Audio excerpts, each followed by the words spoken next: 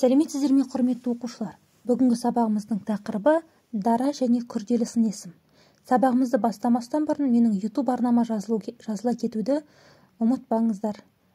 Ал егер жазылған болсаңыздар, олай болса сабағымызды бастайық. Дара және күрделі сын есімдерді ажыратамын, мәтін бөліктерін ажыратамын.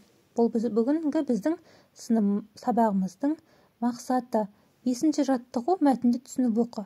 Адам табиғаттан көп нәрсе үйренді. Табиғатты ұзақ уақыт бақылау арқылы ұшу аппараттарын ойлап тапты. Мәселен, құстың ерекшелігіне назар аударып, оны ұшақ жасауға пайдаланды. Балықтарды зерттеп сүңгуір қайық жасады. Инелікке қарап тікұшақ құрастырды.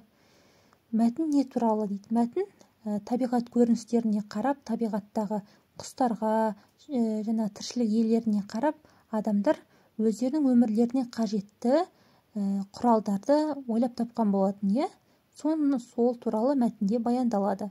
Мәтін неше бөліктен тұрады? Мәтін 3 бөліктен тұрады. Мәтін түрін анықта. Мәтіннің түрі әңгімелеу мәтіні болады. 6-ші жаттығу ойлан тап. Адамдар мына көліктердің қайсысын қай жануарға қарап ойлап шығарды?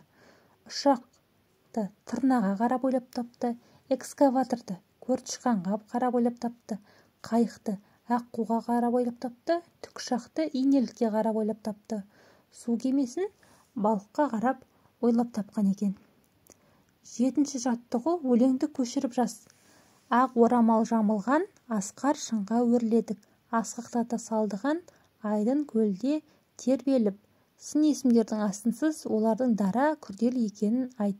Бұл жерде сын есімдер асқар, айдын. Екеуі де дара сын есім болады. Қарамен жазылған сөздердің түбірі мен қосымшасын ажырат. Шыңға түбірі шыңға бар септігінің жалғауы.